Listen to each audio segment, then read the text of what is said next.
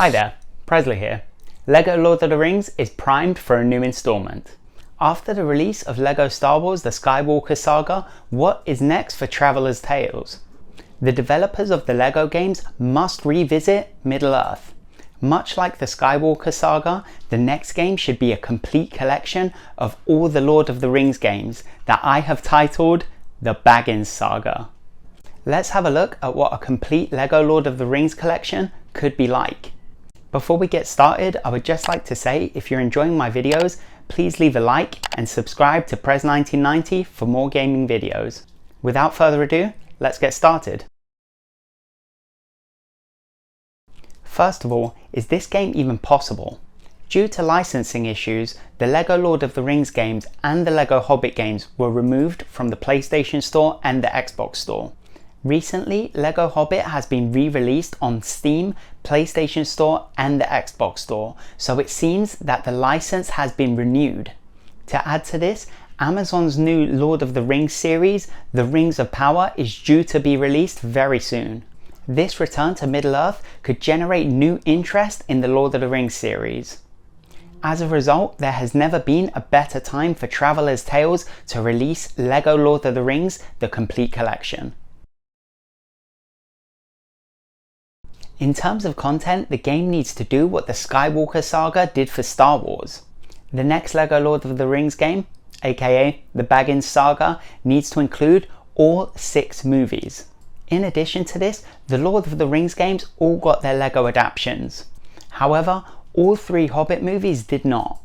A LEGO adaptation of Battle of the Five Armies was said to be released as DLC. Unfortunately, this never happened. Thus, fans never got to play a LEGO version of Battle of the Five Armies. Including content from all 6 films is an absolute must. To add to this, the game should include content from the extended versions, whether that be as cutscenes or full levels.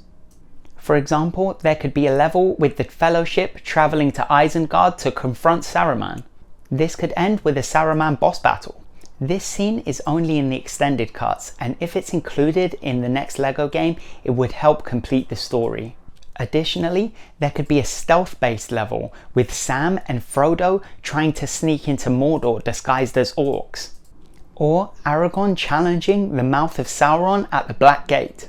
This fiend with a terrible case of gingivitis would make a great additional boss fight. Including content from the extended cuts would definitely please a lot of fans.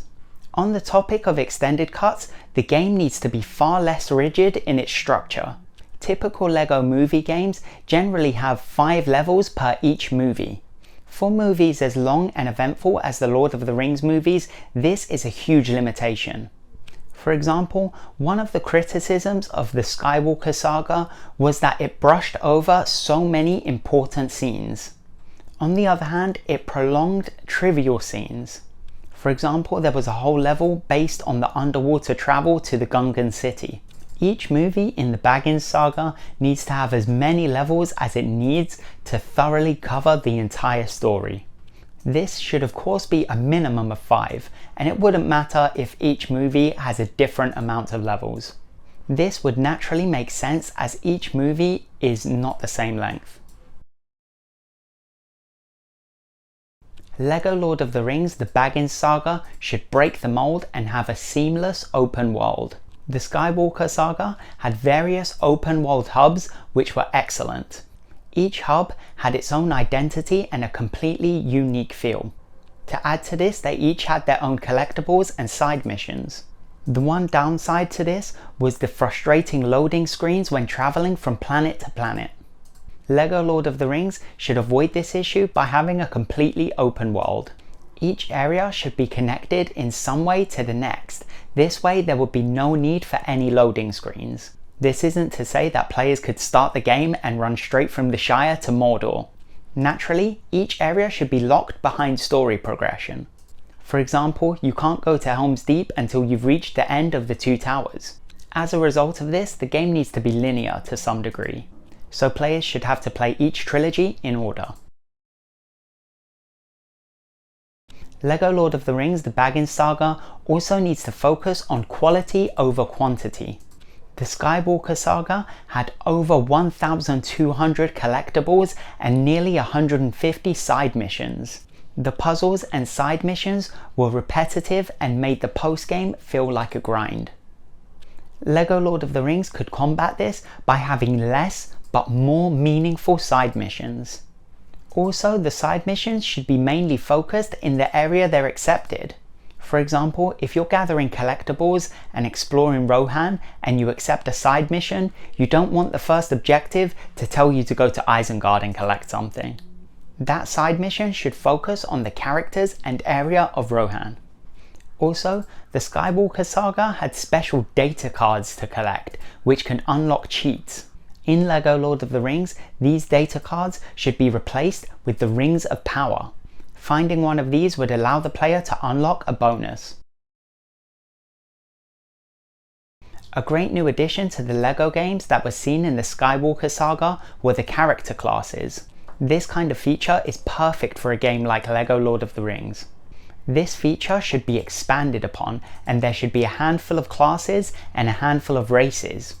Races would include things like men, elves, dwarves, hobbits, and orcs.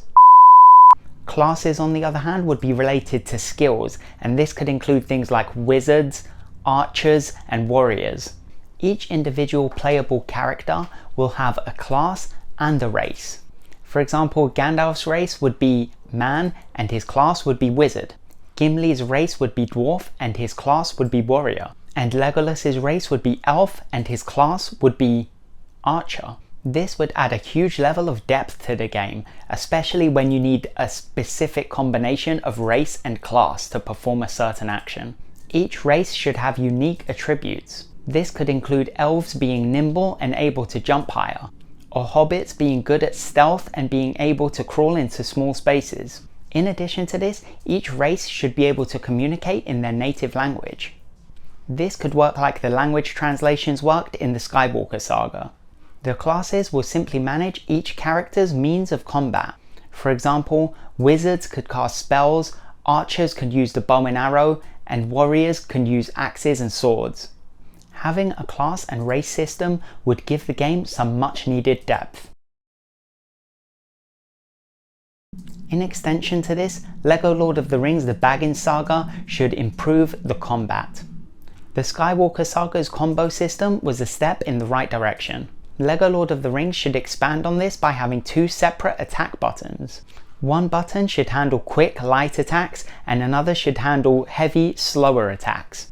This would be a huge improvement from the previous system of simply spamming square. A simple light and heavy attack system generally works well for these types of games. Who could deny a good old square triangle? Before I move on to the next point, I would just like to say if you're enjoying this video, please leave a like and consider subscribing. Other improvements could be making the studs more meaningful. After buying all of the multipliers, the studs become meaningless. By the end of the Skywalker Saga, players are able to accumulate tens of billions of studs. For studs to have some value in the late game unlockables should cost way more. This can be considered like inflation. For example, early game characters like Frodo could cost 1,000 studs to unlock, and late game characters like Sauron could cost 10 billion studs to unlock.